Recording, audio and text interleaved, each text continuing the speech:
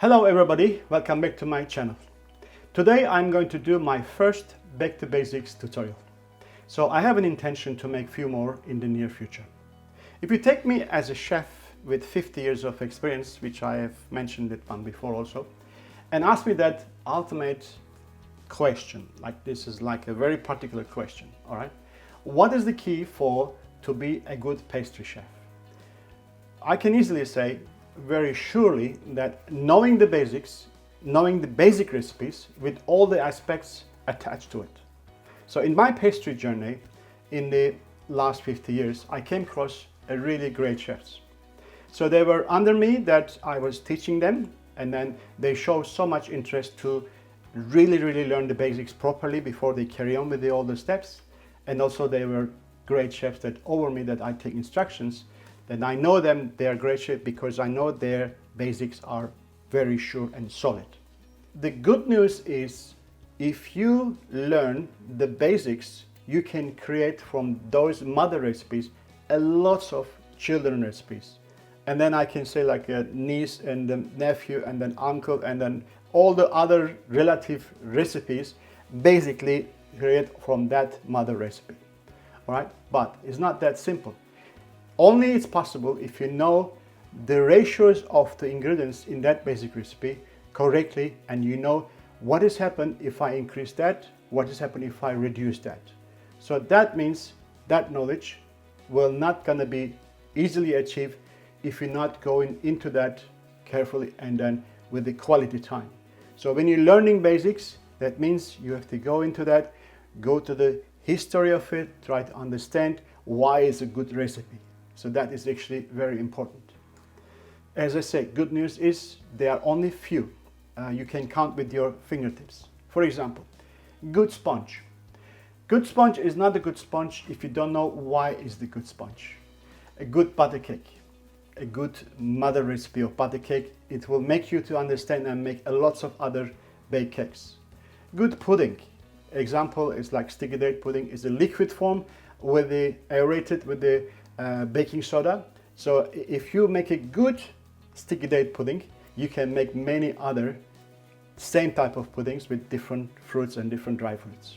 So the good buttercream, it has to be aerated properly, not too much air, not too little air, and then like a smooth and then not so bubbly, so that is important. Pastry cream, crème pâtissier, it has to be like mouthful, and then it cannot be too much eggy taste. All right, a good mousse has to be enough air inside. When you put the spoon on it, the spoon has to be with their own weight has to cut the mousse, and then you can take it, when you take it in the mouth, right away melt. So that is what I call good mousse. There is some tricks how to do that. So good short crust has to be like a flaky, has to be like a really short and then like melting in the mouth, but still hard enough to hold the case that can put inside other things which doesn't sort of collapse. A good puff pastry, flaky, buttery, not so margarine that which is it sticks into your mouth, fat that doesn't really a pleasant feeling in your mouth. So good choux pastry, which is the double process, like it's cooked and at the same time bake kind of like pastry that which we make the which is like the cream puffs, you know, when we fill the crème pâtissier inside.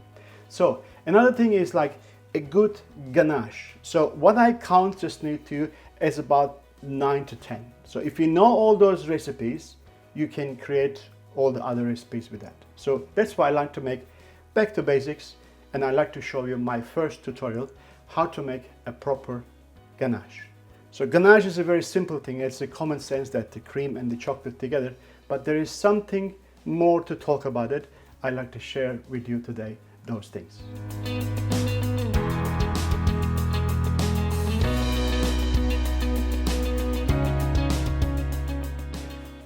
Let me start to go through the ingredients, and each of them there's a few things to say, and then after that I will talk about the ratio of the recipe. So the cream, I use thickened cream. Why is thickened cream? Because thickened cream is the fresh cream. It's just a normal cream, just by the addition of a little bit of vegetable gum. So which is over here, I can see a guar gum. So what does this guar gum does? nothing else than make the fresh cream a little bit thicker. So why they do that? Because the thickened sort of condition, while it's still inside the bottle without whipping, it gives the body, and then when you're pouring on top of like strawberries or something, it has got sort of like a coating effect, like it doesn't really run down right away in liquid. And also, like I guess that when you just cooking with that, it also have a kind of like a mounting effect, that which I'm going to explain you with the butter later on, so that it glazes the sauce and everything with that. And also because it's available all the time. So in Australia, we are in Australia, when we go to the supermarket, we find this one before anything else. Thickened cream is available, it's economical, the price is good. So I use that because there is no difference by the end result when I use for ganache or anything else. All right? Even we whip that and then we use it in the sort of like creme chantilly, etc. No problem at all. So it's important that we have a blue cap, plastic cap, because I have seen before, if the cap is only white color, a lot of people is just dropping inside the liquid, especially when you're doing sort of big amount of things, and then it cooks with the items that what you have to cook. So that is good that we have a blue cap over here. All right, thickened cream, is we talk about it, the only one more thing I like to say, it has got 35% of butter. So it's a milk fat. So when you get the milk from the cow, there's a lot of fat inside. So certain technique that we get first of all the cream from that raw milk, and after that it becomes like a high fat content cream. So what we left as a kind of drinking milk is about 4%, or maybe just a lighter mix, or less than 4%. So in the different countries, the fresh cream is pronounced differently because of the amount of fat is what is accepted. If you go to Wikipedia, you can see different countries, how they call the different creams, like fresh cream, double cream, single cream, etc. So please go there and check the fat content on those countries, how the people call the cream in variations. So we have here chocolate. When we come to chocolate, I use compound chocolate. Why is that? Because of the economical reason. It is cheaper than any other couverture, maybe sometimes the half or 1/3 of it. So it is because when we're using ganache, lots of ganache we do, and then we need lots of chocolate. So in the long term, it is good to have the compensating a little bit of quality, but gaining a lot of benefit as a cost-wise. That's why it's the compound chocolate. It's good enough for me to make the ganache with that. But I'm not saying that do not use the couverture. Of course, if you use couverture with the more expensive choice, you will have a better ganache, better taste. All right. What I'm using is Cadbury Ebony, and I use also in the past Nestle Calypso. So they are all sort of good quality enough, the cooking chocolates. So it will be no problem at all. I'm sure it's not only one. There's other brands that is also very good in different countries. That's all I can say about the chocolate. And let's go to the butter. So I am sure when you informed with what is ganache, what is white ganache, what chocolate ganache, or dark ganache, is most of the time you will hear that 2 amount of chocolate for the dark ganache. That means 1 amount of cream and 2 amount of dark chocolate for the dark ganache, and then 1 amount of cream, 3 amount of white chocolate for the white ganache. So there is nothing wrong with that. All right, but so when I come to the percentages, I will explain you better. But the body of the ganache, when it's cooked, when it's cooled down, it's very important that when we doing the cakes, sandwiching, especially masking cakes, it has to be right consistency. All right. So now I'm sure you're asking me why I put butter inside. The butter is actually replace the cream. So if I don't use the butter, I will use this much of cream more in here to mix with the chocolate. But when I put this in the fridge, when I put also butter in the fridge, this comes out with a nice solid piece that you can cut with a knife. And then this one, the cream will stay liquid. So there's simply, whatever the butter in, it's better. So I like butter. So I love butter with anything. Just put on the bread or whatever. Just the taste beautiful, and it has got body. So when we making the ganache with butter, actually what we're doing is reducing the sweetness. So that whatever we gain the body with the butter, if we don't use it, we have to increase the chocolate a little bit. So that means when we increase the chocolate, we're making the ganache more sweeter. So it has got a couple of different reasons why I use butter. More body, nice cutability, and also like a flavor. It's very important. So that's why I use butter. But there's a special point that how we add the butter. I'll show you this later on. So let's talk about now the ratios of the different ganache. All right, I have here a recipe that 600 gram cream, 1 kilo dark chocolate, quarter of the compound chocolate, and 200 gram butter. So when we put the cream and butter together as a liquid item, it becomes 800, and we have 8 to 10 ratio. So it's not like a one-time cream and then two-time chocolate ratio. It is actually 8 to 10 ratio. All right. But when we take the cream separate and then we look at the ratio of the cream to the rest of it, it is twice. So 600 gram cream, 1.2 kilo firmer, which is the chocolate and butter. If you take the butter as like a firm item category, it will be twice. But butter is not a chocolate, so that whole thing become a little bit softer than you just take a twice amount of chocolate to one amount of the cream. When we come to the white chocolate, we have less cream and then same amount of chocolate and same amount of butter. Why is that? Because the white chocolate has less ability to make the ganache into the right texture. So through the experience that when we use the exactly same amount of white chocolate, and then the ganache become like a moving one. So it's not really firming that in a kind of like a sense that, for example, if I put two sponges together, and even that after the cooling down, the sponge will move like this in between. So this is completely out of the necessity that you can have the cake nice and cuttable, and then sort of like also durable in the room temperature. So that's why the cream is reduced. So again, when the cream, take it in one side, and we take the chocolate and the butter into other side, then also 3 times. So 400 gram to 1.2 kilo. So anyway, this is 8 to 10 is the cream and butter to chocolate, and then 6 to 10 ratio cream and butter to white chocolate. So this is quite sort of like a recipe that I'm very happy with that. Why is that? Because we run in the past business that we were doing a lots of wedding cakes, a lots of birthday cakes, that when we cooked the ganache, it was probably about 50 kilo at a time, maybe sometimes more than that.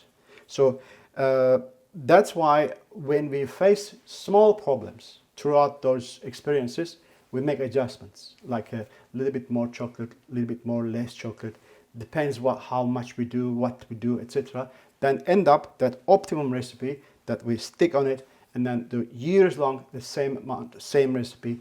It always worked in the variety of conditions. Like maybe sometimes too soft, sometimes too hard, but in general, that ratio will give you a good experience, good result in the condition like Australia. The humidity is not much, maybe about 60-70% in normal time. Some countries 80-90%, of course. And then that is also a good, I think, ratio for many other countries at the same time.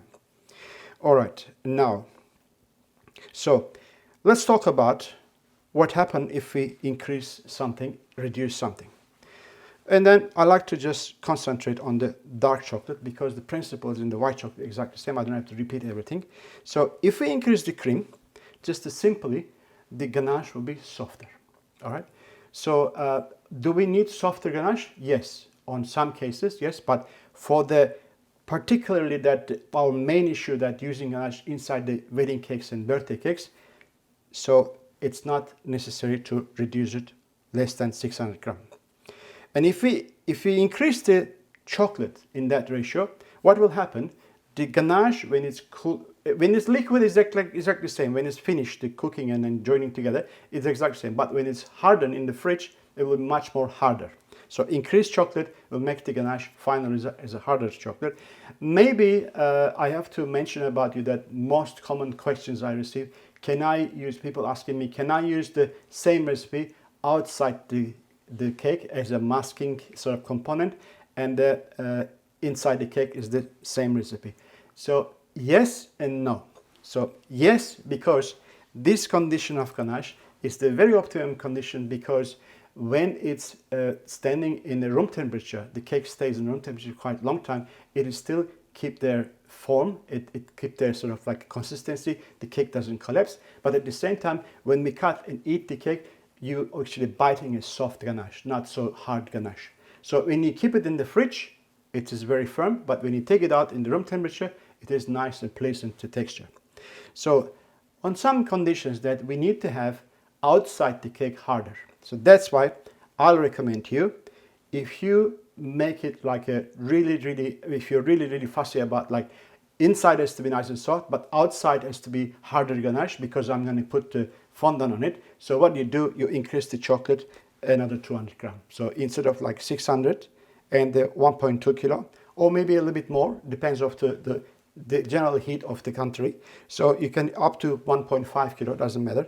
Then of course that when you increase the chocolate, there is more necessity to worry about when you use the ganache, in what condition you use the ganache. This is I will talk about later on. All right. So increase the butter. Yes, of course. But more you increase the butter, you reduce the cream. All right. And then what will happen at the end? You're not doing normal common ganache. You're actually doing butter ganache. So butter ganache, you can take completely cream off. You only use 800 gram butter and 1 kilo chocolate. You have a beautiful ganache and beautiful cream, but it's very heavy, very sort of like a rich, that you can use it clearly that for small items, for example, like petit fours or little bit small little tartlets or something like that. For example, I used to make a like long batons that which I used to slice as a petit fours. I use, of course, that butter ganache is much more reliable for the small little cuts that you're holding in the hand and put in the mouth. It doesn't stick everywhere, it doesn't sort of drop down, etc. So butter ganache is good for small items, but this is the ganache for making cakes. All right. So I think now what we do, we just get our heat going and then start doing the ganache. So I use the induction, and then induction pot, which is like it's written here, induction. You want to check your pot is good for induction. Just take a magnet, you stick over here. If it works, that is for induction. If it doesn't stick, it doesn't work with induction. All right. So okay, let's go ahead and start doing it. Now we come to the stage how to cook or how to prepare the ganache in just a good way. All right. So it is completely depends of how much I will do and for what I will do. So let me just go through with you a couple of different methods. All right. For example, if I take now this chocolate, all right, in this glass bowl, because it's a microwave safe, right? I put this cream inside, and I put butter inside also. And cling wrap on top, and then make one hole so that the steam goes out. All right. Put in the microwave for 10 minutes. All right. I will have a ganache. There will be no problem at all. But this is not the really sort of old school chef doing the ganache like that. So I will show you the other way later on. So that will be melted. If I put this chocolate in the microwave now for 10 minutes, it will burn. It will burn like a terribly, all right? But because I have the cream inside and the butter inside, the chocolate covered with the liquid, it's not going to burn. So 10 minutes is enough, sometimes a little bit more, to melt the chocolate inside the cream. Cream is already came to the like a position, like a degree of like pasteurizing. It's not a problem. And after that, you mix it together, everything together. Make sure there's everything melted. So there is sometimes that you don't realize there is some chocolate pieces is not melted inside, and then when it's cooled down, when the time comes to put in the cake, it stuck on the palette knife. It's not bad when you're eating it, but it's a sort of like a handicap when you're doing something nice, something smooth and something straight, all right? So that is one way to do it. Just a quick and easy microwave ganache, you can do it. So if I have to make tomorrow, let's say 100 cakes, I need 50 kilo of ganache, all right? So 100 cakes of preparations I have to do, and I need a big amount of ganache. What I have to do? Not like this, not like this. Not the microwave, not the old school way, all right? So what I will do, I will take 20 liters plastic containers, which is, we have it always in the kitchen because something else came with that, like Arctic recors or another things inside. When it's complete finish, we keep them all those containers, 20 liter.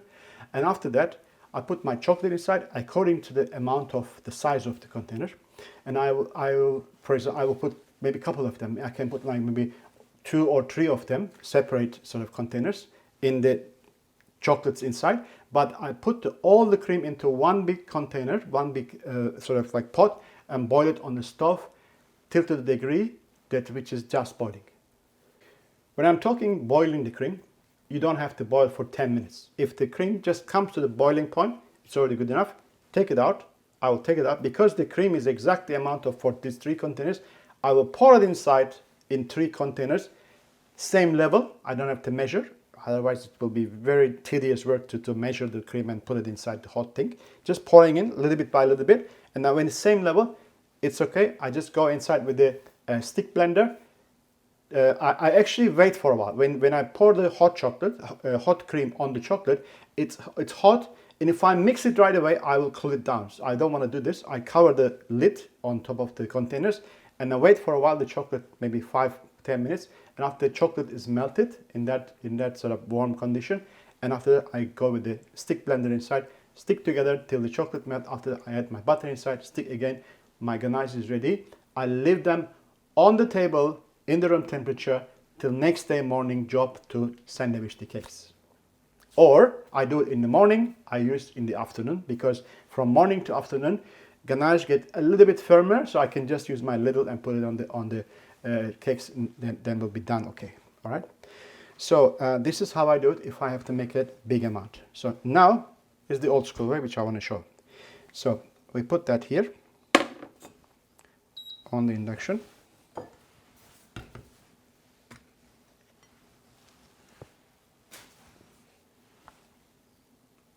Pour our cream inside.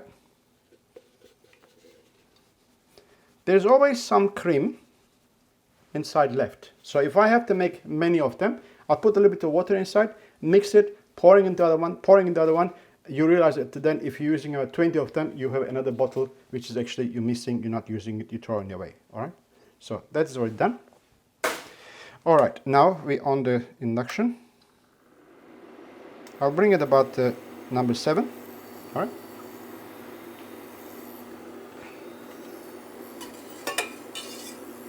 Sometimes move that, make sure that the cream doesn't sort of like get burned underneath. All right. It's not going to happen, but if you have some sort of like a residue from the previous work, it didn't really clean the pot yet, so it may just start some sort of burning. So you have to be careful. All right. So what I'm going to do when this cream boils, I will put the chocolate inside cream instead of cream inside chocolate, because there's more heat here than here. This is cold. I want to maintain the heat, the chocolate melt easily. All right. I will put the chocolate inside here and mix a little bit and close to it and wait for a while. And after that, it will melt, and after that I continue. Right. So I will wait for a while till the cream is boiled, and I get back to you.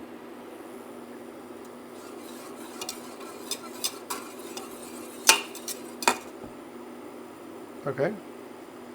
That's there, and stop. Then I put my chocolate inside.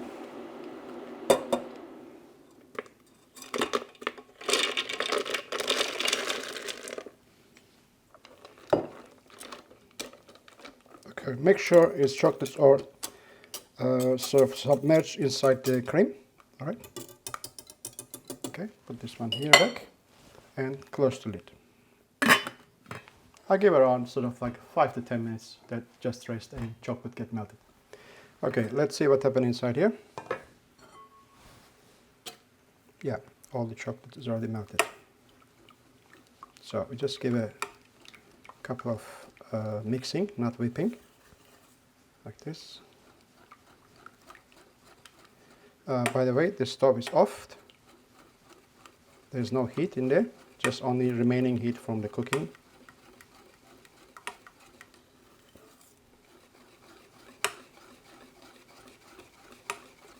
So I can see that on the side here, a little bit of like dots of chocolate. That should be completely disappeared, completely melted, all right?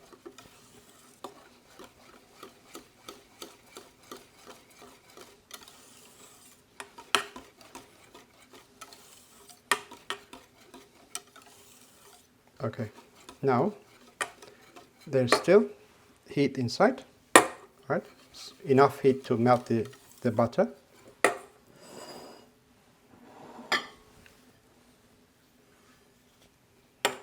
Now, what do we have to do? We have to put the butter inside for mounting.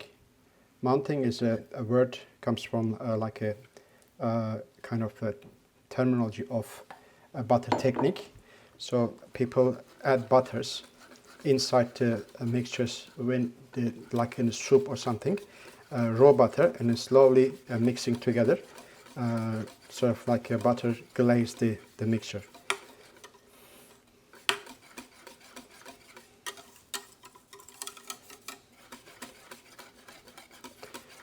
Butter is about 17% water inside. So when you cook the butter, it separates the liquid and then the sort of like a clear butter. That's how we clarify the butter. So after that, when we adding the butter inside here in that condition, actually butter is not separating from the water. It's butter. It mixes itself as its own sort of condition, and then it become mounting. All right. So that's already done. All right, I can see there's nothing in there, sort of like unmelted. All right, you don't have to mix too much. All right, just to make sure that the butter all disappeared. All right, then after that, what I will do,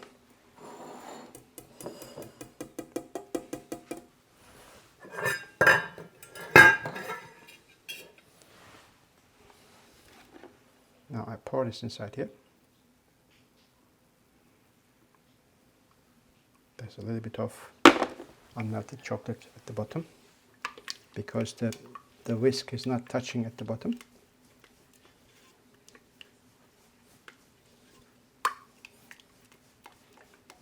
That's it. So pour it again. Yeah.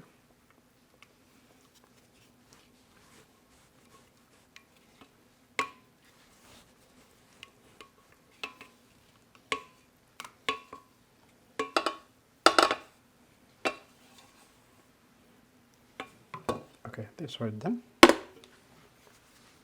So what I like to do now, the ganache is ready. At the moment, is the condition of the ganache is liquid, all right, sort of like a very runny. So it's not the actual condition of the ganache. At this stage, we can use this ganache for pouring on the kind of frozen mousse cake or something. It will cover the cake completely and nicely.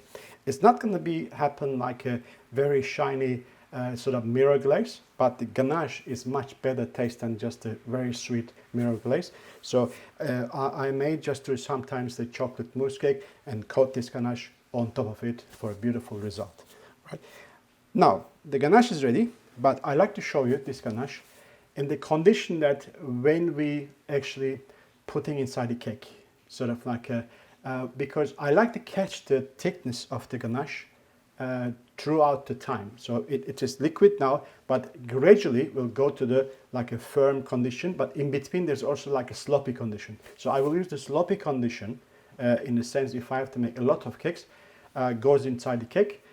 Sloppy, it's not that liquid as the sponge can soak the ganache, but it's like a very easy to ladle it inside the cake. So that is a different condition, and after that I will wait more further the condition that which I will use it to mask the cake. So I like to show you that, and not now because it's not possible this happen right away unless I put in the fridge and then like fiddle with that. So when you put in the fridge, you have a crust on top, like the outside and on top will get harder soon and inside still will be soft, and you have to remix again. This is a bit of fiddly work. That's why I'll keep it in room temperature by just putting some sort of cover on it. Maybe cling wrap is the best, of course, choice, like this, all right?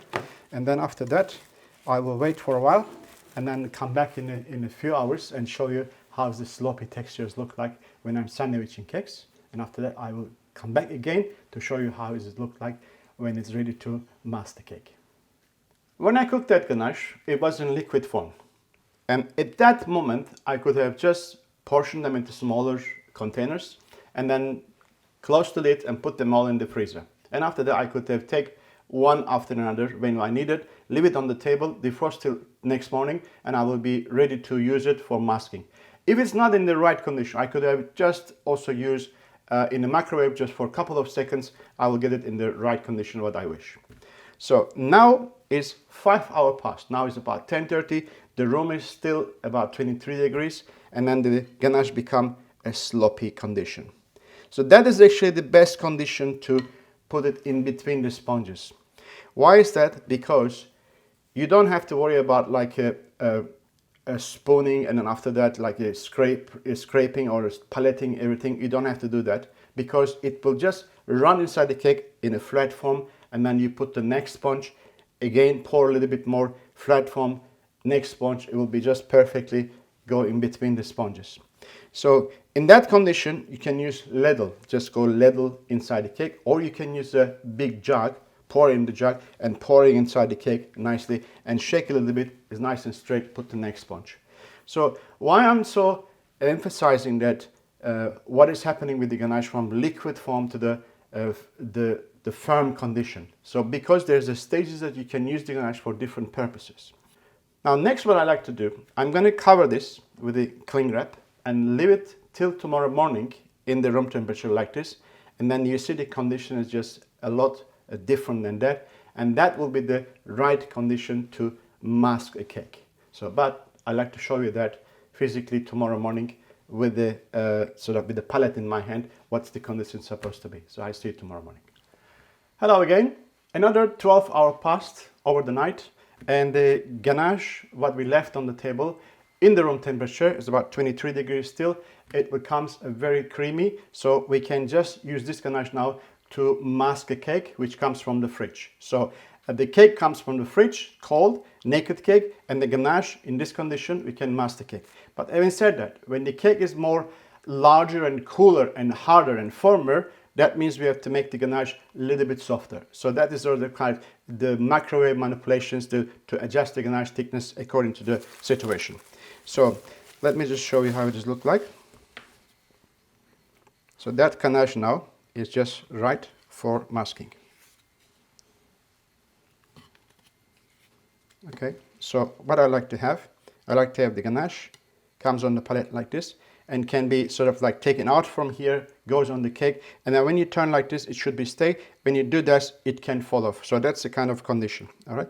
So what I like to do now, I'm going to take some of this ganache, put in the other container here, and place in the fridge, and then see what's happened after 15 minutes.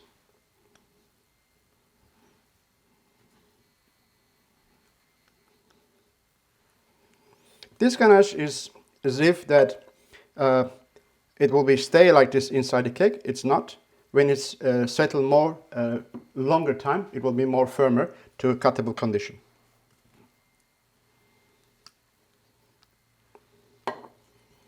Okay, this goes in the fridge.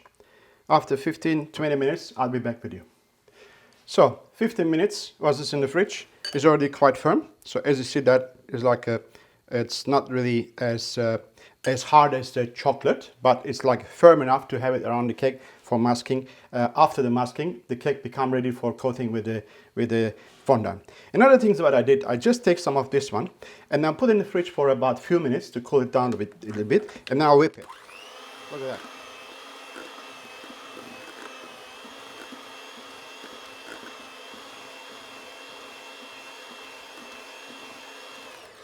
The volume is increased twice, and then it becomes like very nice and creamy, sort of texture, just melting in the mouth.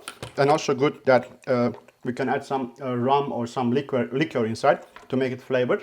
And then this cream also will be very good for sandwiching like not the mud cake, but maybe just like more like a chocolate sponge with a liquor with a sort of like a moisturizer inside. So it will be very nice and very light. Also the volume is increased quite a lot, probably about close to twice.